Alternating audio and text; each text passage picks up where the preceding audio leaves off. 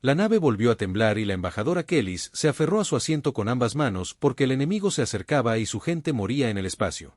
No podía hacer nada más que mirar las pantallas y esperar que, de alguna manera, sobrevivieran una hora, un día o solo un minuto más, porque las naves Kellar seguían llegando y nunca dejaban de cazar ni mostraban piedad. Y su flota de 43 naves se había reducido a solo 7 naves que avanzaban con dificultad en la oscuridad mientras el enemigo los rodeaba como depredadores hambrientos, esperando el momento oportuno para asestar el golpe final que acabaría con todo lo que su gente había trabajado tanto por construir en este sector del espacio.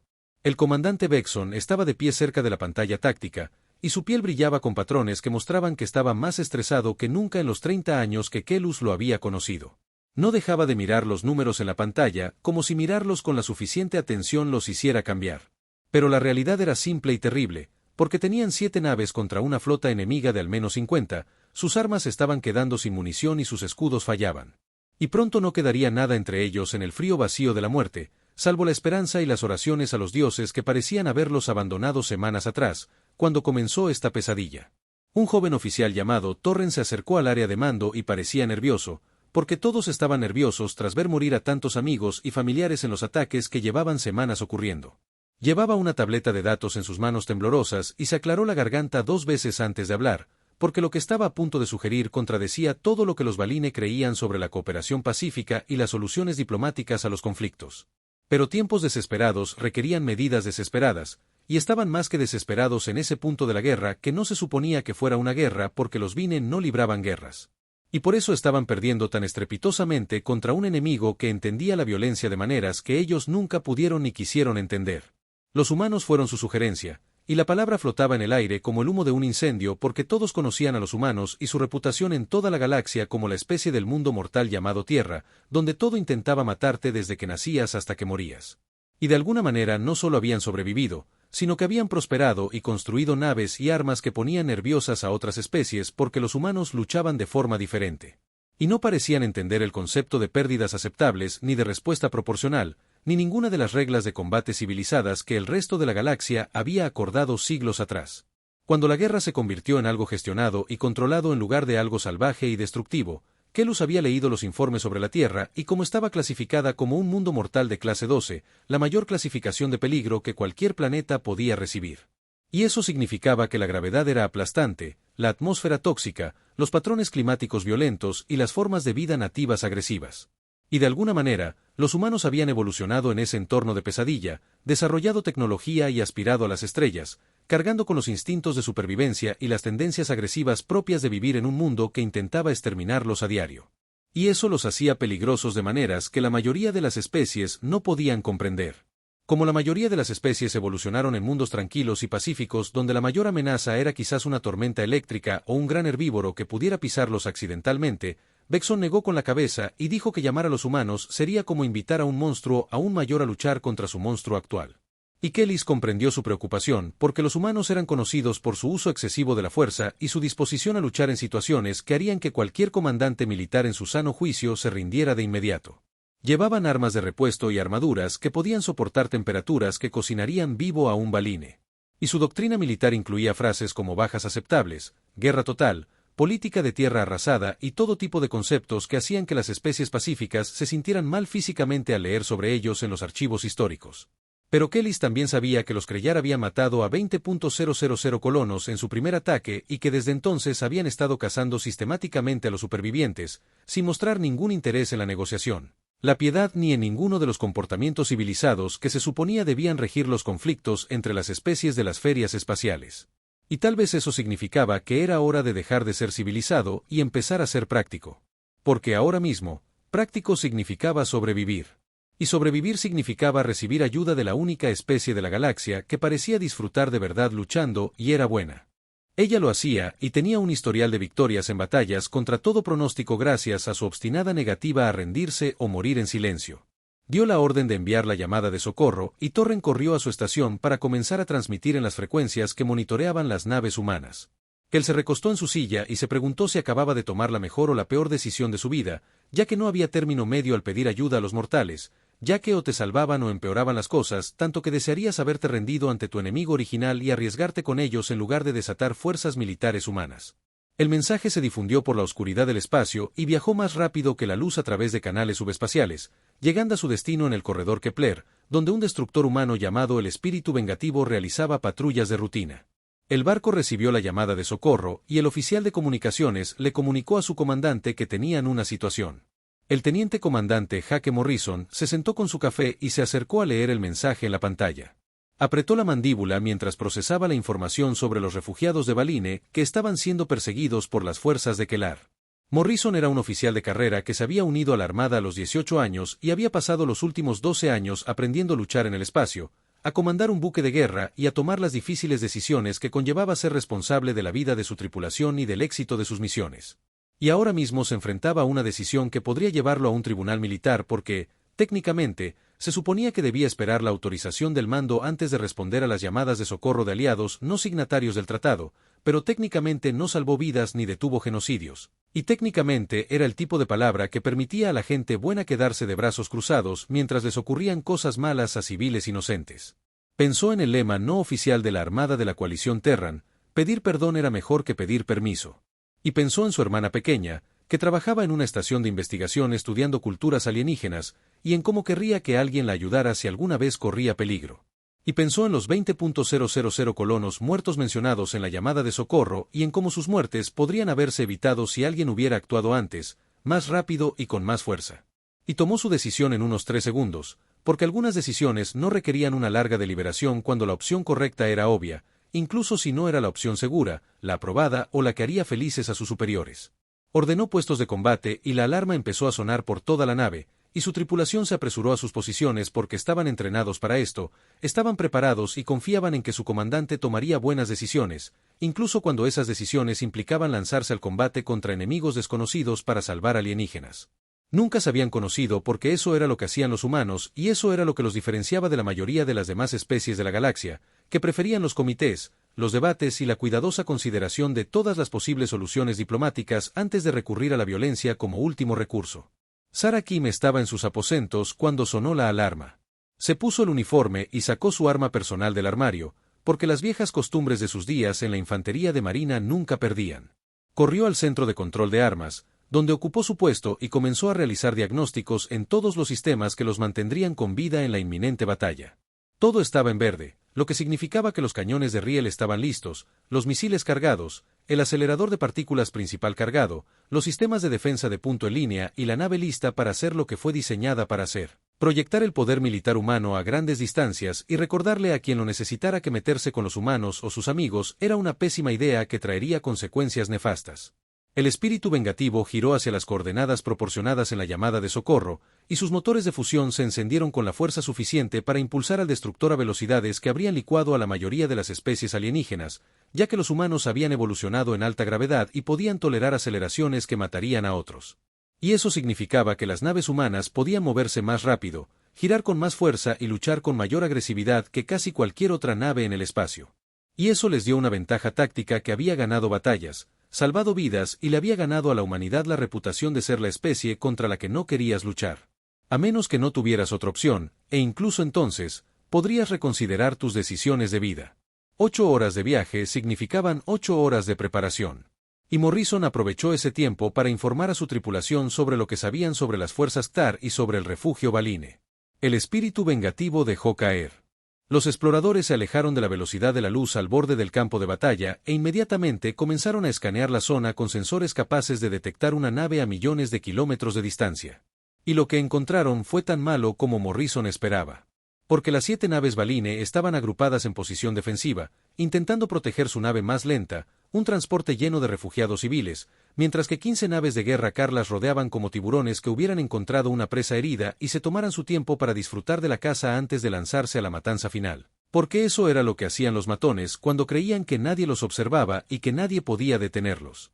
Morrison observó la exhibición táctica y sintió que su ira se enfriaba y se concentraba en su pecho, pues ya había visto este comportamiento en piratas que disfrutaban haciendo sufrir a sus víctimas.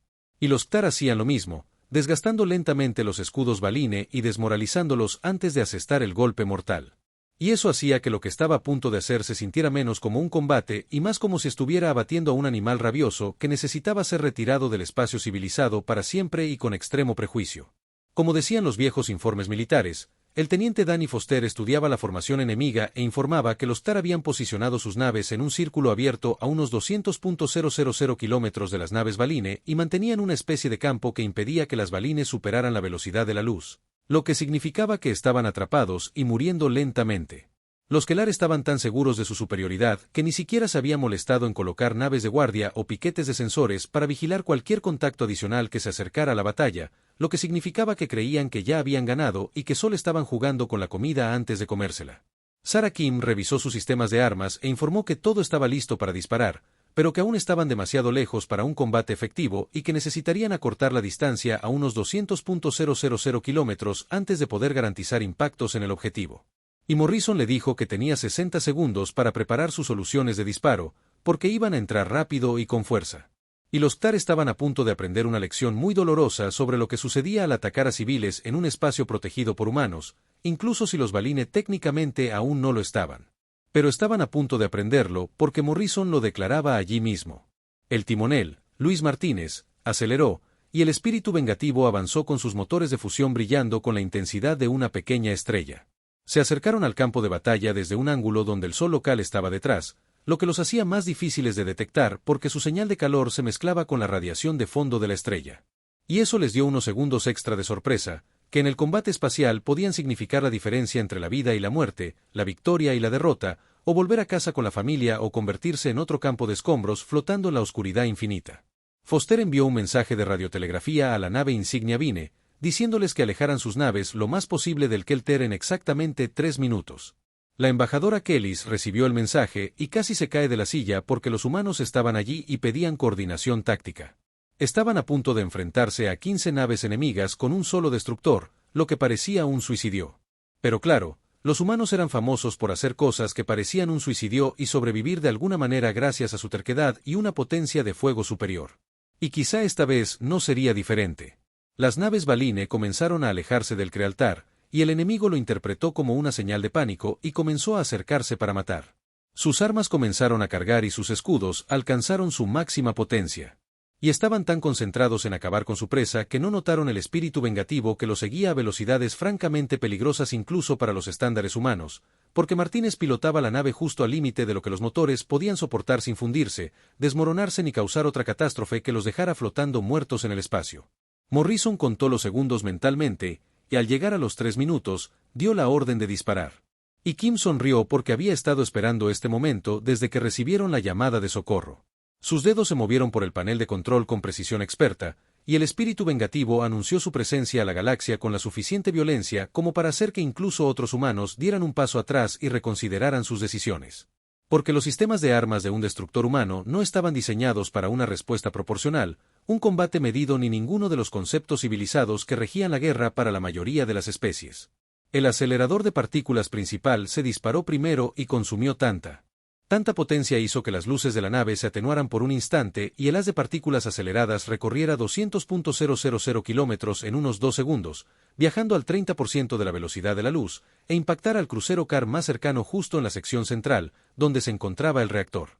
Los escudos colapsaron instantáneamente, ya que estaban diseñados para dispersar el fuego de las armas de energía a lo largo del tiempo. No pudieron soportar la furia concentrada, lanzada en un solo pulso devastador, y el haz atravesó el casco, la cámara del reactor y salió por el otro lado. La nave explotó en una bola de plasma tan brillante que todos los sensores del sistema se sobrecargaron por un segundo. Antes de que los Terar pudieran procesar lo que acababa de suceder, Kim abrió fuego con los cañones de riel, que eran la respuesta de la humanidad a la pregunta de cómo dañar algo en el espacio sin usar armas de energía. Y la respuesta era simple, elegante y aterradora, porque se tomaban trozos de metal y se lanzaban con muchísima fuerza usando aceleradores magnéticos que podían lanzar penetradores de tungsteno a velocidades que los convertían en vehículos cinéticos de destrucción que impactaban con tanta fuerza como pequeñas armas nucleares, sin importarles escudos, armaduras ni plegarias a los dioses en los que creía la especie objetivo. Una segunda nave Kellar recibió 3 penetradores en rápida sucesión. El primero atravesó la armadura de proa como si fuera papel de seda, el segundo impactó cerca de la sección del puente y el tercero encontró el depósito de municiones. Y la detonación resultante destrozó la nave en 4 pedazos distintos que salieron volando por el espacio dejando una estela de atmósfera, escombros y probablemente cuerpos. Aunque Morrison intentó no pensar en eso porque, Aunque el enemigo se merecía lo que le estaba pasando, no era el tipo de oficial que disfrutaba matando y solo se satisfacía sabiendo que estaba evitando futuras muertes al detener a los Kretar aquí y ahora. La flota Actar finalmente se dio cuenta de que estaban siendo atacadas y sus naves comenzaron a dispersarse, intentando identificar la amenaza y localizar al atacante. Pero Morrison había posicionado al espíritu vengativo con el sol a sus espaldas, lo que dificultaba su detección contra el resplandor del fondo. Y para cuando los sensores enemigos finalmente se fijaron en el destructor humano, ya era demasiado tarde. Kim había recargado el cañón principal y disparado de nuevo, y otra nave Kellar desapareció en una explosión que se registró en todos los sensores a años luz de distancia. Foster anunció que los Kelter finalmente los habían encontrado y estaban lanzando misiles. Morrison ordenó a los sistemas de defensa puntual que se activaran, lo cual hicieron con precisión mecánica, ya que la defensa puntual humana era otro ejemplo de sobreingeniería masiva. Los diseñadores habían analizado el problema de los misiles entrantes y decidieron que la solución era crear campos superpuestos de cañones de fuego rápido que pudieran rastrear y destruir cientos de objetivos simultáneamente. Y los misiles Krellar nunca se acercaron a menos de 5.000 kilómetros antes de quedar reducidos a nubes de metralla en expansión. Kim lanzó el misil de los espíritus vengativos, Salvo. Y los misiles humanos eran aterradores porque cada uno llevaba su propio conjunto de sensores, propulsores de maniobra y suficiente potencia explosiva para abrir una pequeña luna. Se dispersaron en un patrón diseñado para abrumar las defensas enemigas desde múltiples ángulos simultáneamente y luego convergieron hacia sus objetivos con la coordinación que solo los sistemas informáticos avanzados podían lograr. 3 naves Kellar más desaparecieron en bolas de fuego que iluminaron la oscuridad del espacio. Foster informó que la formación enemiga se estaba rompiendo y que las naves Krellar restantes corrían hacia el borde del pozo de gravedad, donde podrían saltar a velocidades superiores a la de la luz y escapar. Pero Morrison no iba a permitir que eso sucediera. Porque si una sola nave enemiga regresaba para informar lo sucedido, el alto mando Actar sabría que había humanos involucrados y probablemente enviaría una flota mayor, lo que significaría más combates y más muertes. Y toda la situación se intensificaría cuando lo que quería era enviar un mensaje tan claro y brutal que los Kelter nunca volverían a este sector del espacio. Ordenó a Martínez que los persiguiera, y el timonel sonrió porque se había estado conteniendo durante el enfrentamiento inicial para mantener la posición defensiva. Pero ahora iban a la ofensiva y él podía acelerar y mostrarles a estas naves alienígenas lo que un destructor humano realmente podía hacer cuando su tripulación dejaba de ser cautelosa y comenzaba a ser agresiva. Y el espíritu vengativo saltó hacia adelante con una aceleración que habría matado a la mayoría de las especies, pero solo hizo que su tripulación humana gruñera y apretara sus restricciones porque estaban hechos para esto de maneras que otras especies simplemente no lo estaban. La persecución duró 15 minutos, y no fue realmente una persecución.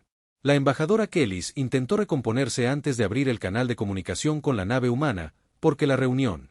Las personas que acababan de salvar a toda su especie de la extinción requerían cierta gracia diplomática, incluso cuando habían demostrado suficiente poder destructivo para arrasar un pequeño continente en menos de 20 minutos. Respiró hondo, se alisó la túnica y esperó que la voz no le temblara al hablar. Porque se suponía que los líderes no debían mostrar miedo, ni siquiera cuando estaban absolutamente aterrorizados por los seres con los que estaban a punto de hablar por primera vez. Morrison apareció en la pantalla y que lo observó con atención, pues era la primera vez que veía a un humano de cerca. Parecía sorprendentemente normal con su corto cabello castaño y sus ojos cansados que parecían cargar con el peso de demasiadas decisiones difíciles. Y se dio cuenta de que, fueran lo que fueran los humanos, no eran asesinos sin mente, sino soldados que entendían el precio de la violencia incluso cuando era necesaria. Y eso los hacía más aterradores en cierto modo, porque los asesinos sin mente podían predecirse, pero los asesinos pensantes que elegían cuándo y cómo desatar la destrucción eran mucho más peligrosos. Ella le agradeció por salvar a su gente, y Morrison aceptó el agradecimiento con un simple asentimiento, pero luego le dijo algo que hizo que su alivio se evaporara como agua sobre una superficie caliente, porque le explicó que las 15 naves que acababa de destruir eran solo un grupo de cazadores, y que en algún lugar cercano había una flota Krellar mucho más grande, probablemente de entre 50 y 200 naves. Y eso significaba que habían ganado una batalla, pero no la guerra. Y la guerra estaba lejos de terminar porque los Tar enviarían más naves y más cazadores, y eventualmente encontrarían la bóveda de nuevo a menos que algo cambiara drásticamente y pronto. Morrison le pidió a Kellis que le explicara todo sobre cómo comenzó este conflicto y qué querían los Car. Y ella le contó la historia de cómo los Valkyne habían establecido una colonia en lo que creían espacio no reclamado y cómo los Car habían llegado 6 meses después exigiendo una evacuación inmediata y cómo, cuando los Valin intentaron negociar, los Tar respondieron con un bombardeo orbital que mató a 20.000 colonos en la primera oleada. Y como la flota de defensa Valkyne había intentado proteger las naves de evacuación, pero se vieron superados por completo. Y como los supervivientes habían estado huyendo y escondiéndose desde entonces. Cuando terminó, Morrison guardó silencio un largo rato y luego dijo algo sobre los humanos, su historia y su promesa de no permitir nunca más un genocidio cuando tuvieran el poder de detenerlo. Y Kelus sintió un escalofrío que la recorrió porque la forma en que lo dijo dejó claro que no se trataba solo de una operación militar o una misión de rescate, sino de algo personal y algo que los humanos se tomaban muy en serio. Y eso significaba que los Ktar habían cometido un error mucho peor de lo que podían comprender, porque habían provocado la respuesta de una especie que guardaba rencor, recordaba errores y no dejaba de luchar hasta terminar el trabajo por completo.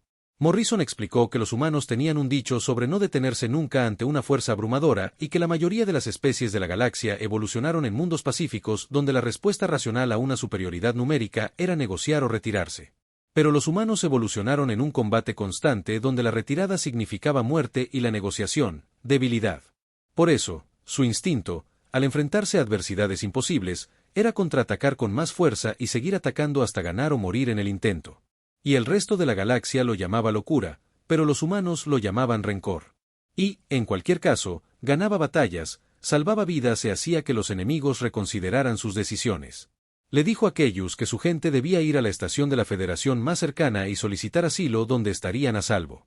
Mientras él y su nave rastreaban a los Ktar hasta su flota principal y les presentaban un concepto humano llamado Total, Warren Kellis no quería saber qué significaba, pero Morrison se le explicó de todos modos porque quería que comprendiera que los Kretar habían cruzado la línea al matar civiles y cazar refugiados, y que tales acciones tenían consecuencias, y que éstas serían impuestas con extremo prejuicio por fuerzas militares humanas especializadas en dar ejemplo a enemigos que creían poder cometer atrocidades sin responder por sus crímenes.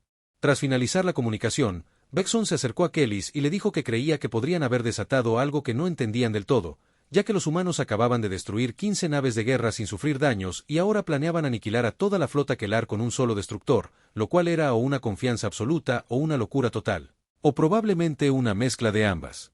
Y había estado leyendo la historia militar humana, que estaba llena de historias sobre guerras donde los humanos bombardearon ciudades hasta dejarlas inservibles y lanzaron armas capaces de destruir regiones enteras, creando doctrinas militares diseñadas específicamente para doblegar la voluntad del enemigo mediante una violencia abrumadora.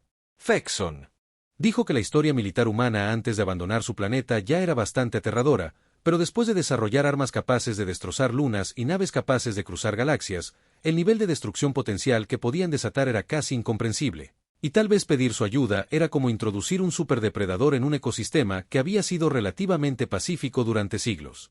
Y ese depredador lo cambiaría todo, quisiera la gente o no, porque eso era lo que hacían los superdepredadores al entrar en un nuevo territorio. Kelris pensó en los 20.000 colonos que murieron en el primer ataque de Kelar y en los niños a bordo del transporte de refugiados que seguían vivos gracias a la intervención de una nave de guerra humana, y en si las civilizaciones pacíficas podrían sobrevivir en una galaxia donde aún existían especies como los Ktar, que creían que la fuerza hacía la justicia y tomaban lo que querían por la fuerza. Y decidió que tal vez la galaxia sí necesitaba un superdepredador que se enfrentara a los agresores y contraatacara cuando otros no pudieran o no quisieran defenderse a bordo del espíritu vengativo. Morrison mantenía una conversación similar con su personal superior, y Foster señalaba que, incluso con refuerzos, serían superados en número 10-1 o quizás 20-1 contra la flota principal de Kreyar, y que normalmente tales probabilidades requerirían una retirada y reagrupamiento estratégicos y cuidadosos.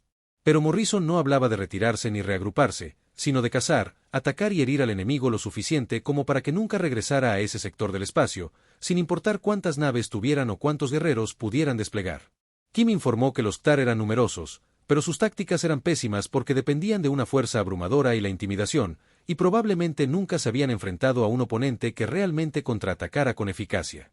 Y si los humanos lograban atacarlos con la suficiente fuerza y rapidez, podrían causar un fallo en cascada en la estructura de mando de Kelar, donde el miedo y la confusión causarían más daño que cualquier arma, porque los ejércitos temerosos cometían errores. Y los errores en el combate espacial solían significar la muerte y un montón de escombros costosos flotando donde solían estar las naves de guerra.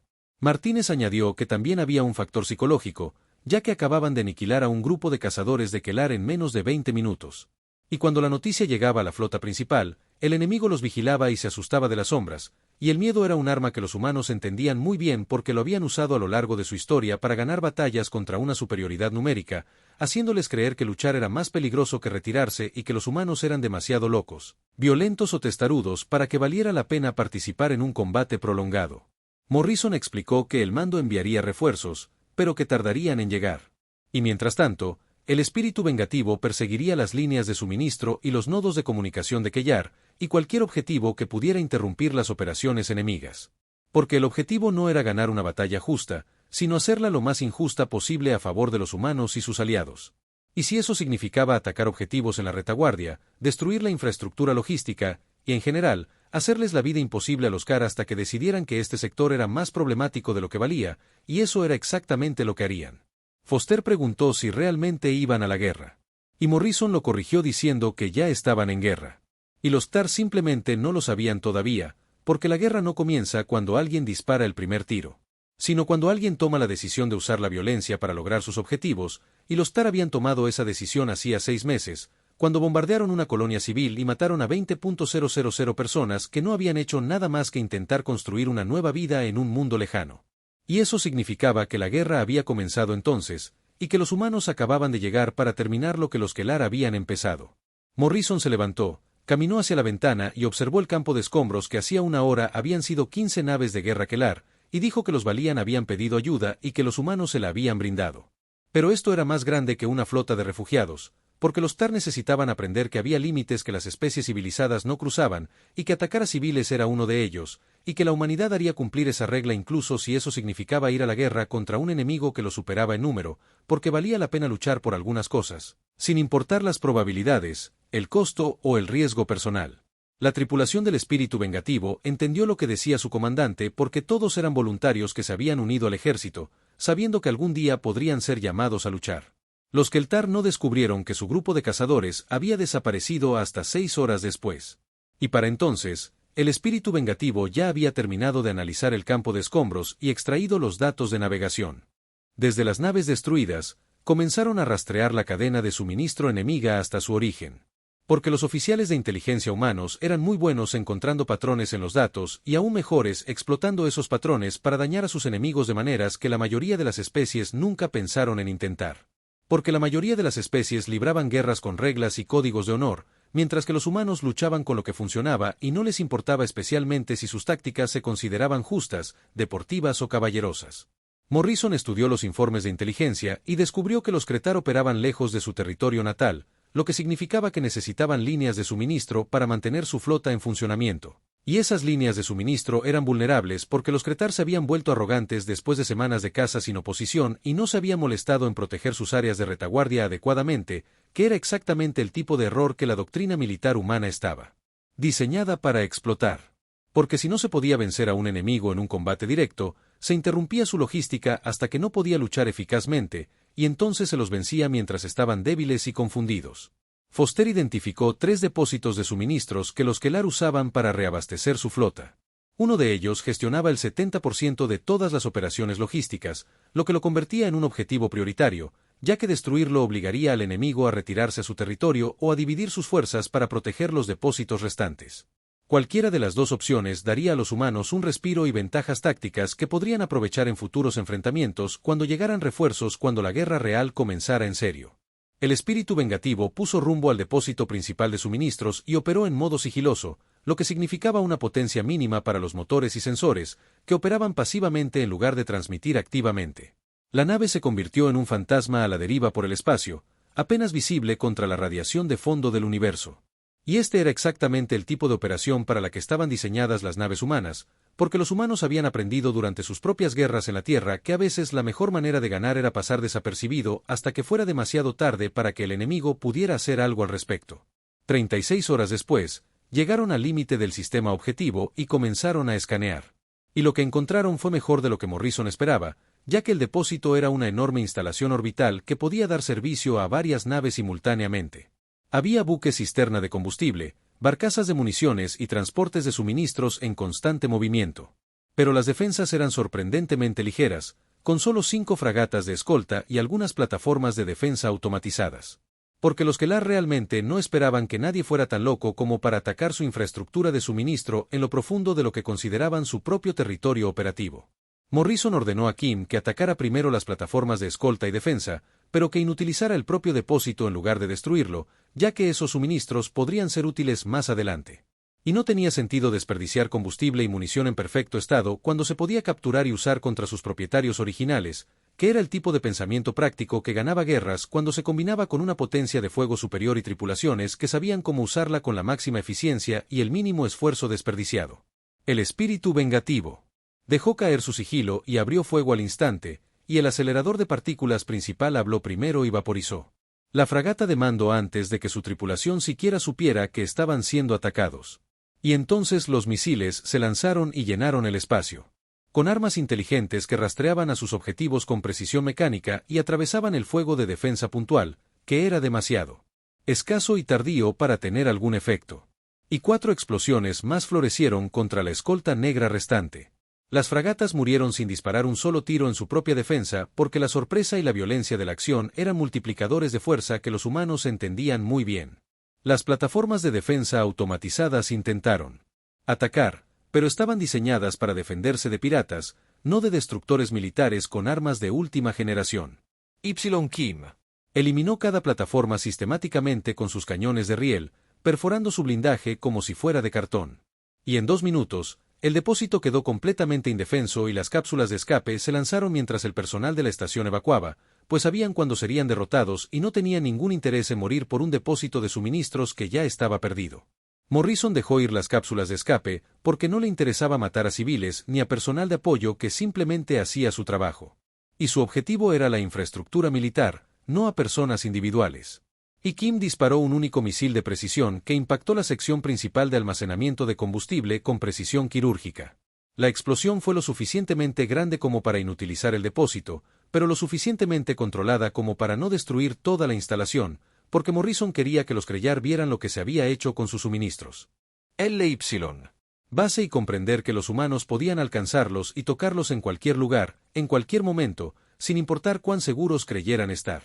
Foster anunció que tenían contactos entrantes y que varias naves estaban abandonando la nave a velocidades superiores a la de la luz, y los sensores contabilizaron 23 naves de guerra Kelar, demasiadas para atacarlas directamente. Pero Morrison había logrado su objetivo.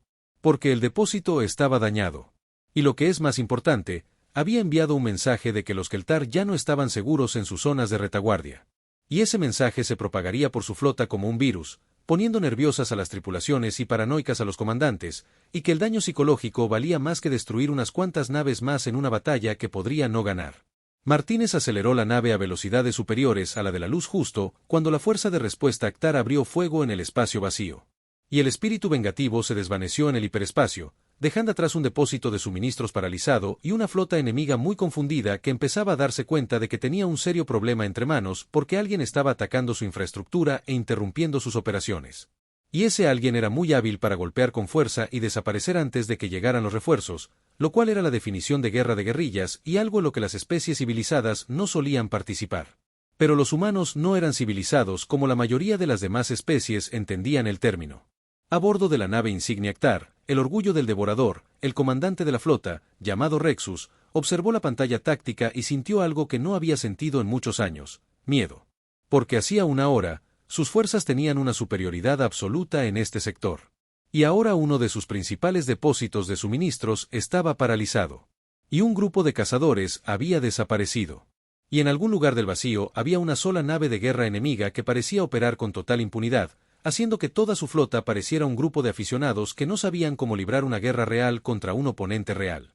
Su oficial de inteligencia informó que la nave atacante probablemente era de origen humano, basándose en las características de las armas.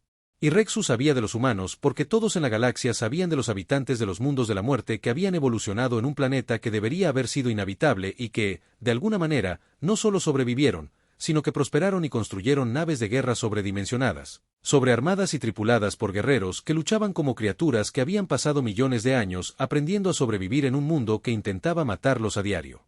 Rexus ordenó el despliegue de grupos de cazadores adicionales para encontrar y destruir la nave humana, y también ordenó a la flota que comenzara a consolidarse alrededor de la estación de mando, porque si los humanos interferían, los Kelar debían concentrar sus fuerzas y dejar de dispersarse en pequeños grupos que pudieran ser eliminados uno por uno. Y su oficial de inteligencia dudó y señaló que retirar la flota permitiría escapar a los supervivientes de Valine. Pero Rexus no era estúpido, y comprendió que los Valkyne ya no eran la amenaza prioritaria porque un solo destructor humano había causado más daño en 2 enfrentamientos que toda la flota de Valine en 6 meses. Durante las siguientes 72 horas, el espíritu vengativo continuó su campaña de hostigamiento, atacando convoys de suministros, destruyendo repetidores de comunicación, emboscando grupos de patrulla y, en general, haciéndole la vida imposible a la flota Crotar. Y cada ataque estaba calculado para causar la máxima perturbación con el mínimo riesgo, porque Morrison y su tripulación no estaban interesados en combates justos ni batallas gloriosas, sino en ganar una guerra mediante tácticas superiores y una mejor ejecución. Y al intimidar al enemigo para patrullar su propio espacio, la tripulación dormía lo mínimo y sobrevivía a base de café y adrenalina, y Martínez se convirtió en un experto en sortear campos de asteroides y esconderse a la sombra de gigantes gaseosos.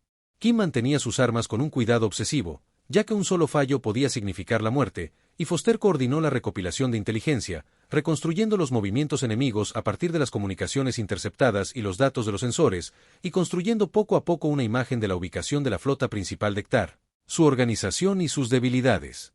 Cada ataque enfurecía a Rexus, ya que su flota estaba siendo humillada por una sola nave. Y lo que era peor, sus guerreros empezaban a mostrar miedo, y las tripulaciones empezaron a solicitar traslados desde las naves de primera línea, y las naves de patrulla viajaban en grupos en lugar de solas, y finalmente dejaron de patrullar por completo.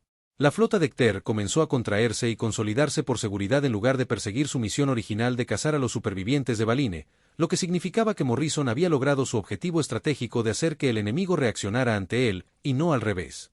Al tercer día, Foster de Rexis picó el anzuelo por completo, y en cuestión de horas, toda su flota se dirigía hacia el campo de escombros donde supuestamente se escondían las naves humanas.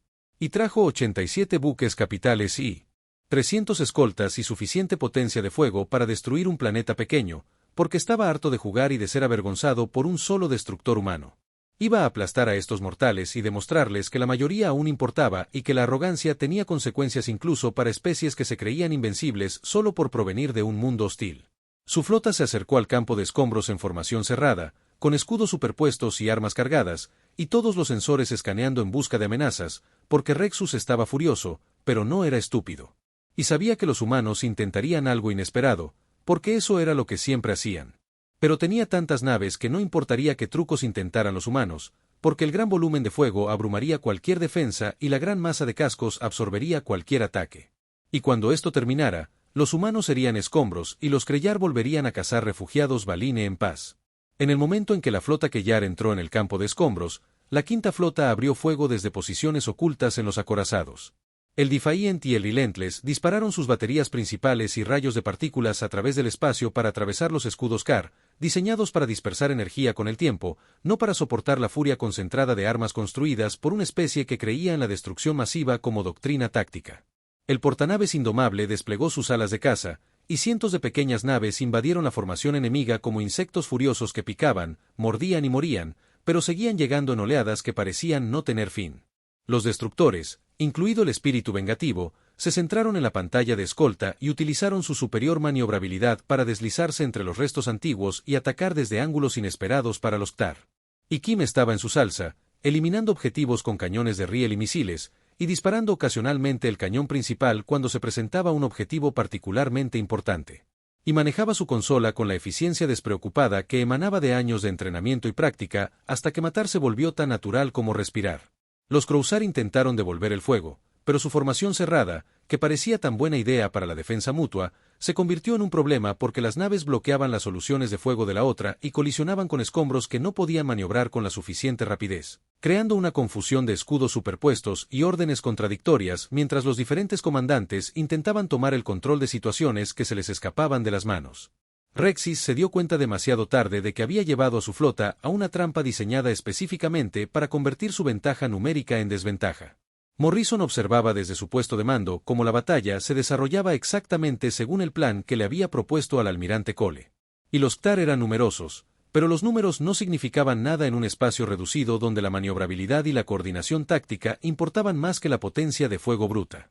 Y la flota humana se había entrenado y luchado junta y había comprendido cómo funcionar como un solo organismo.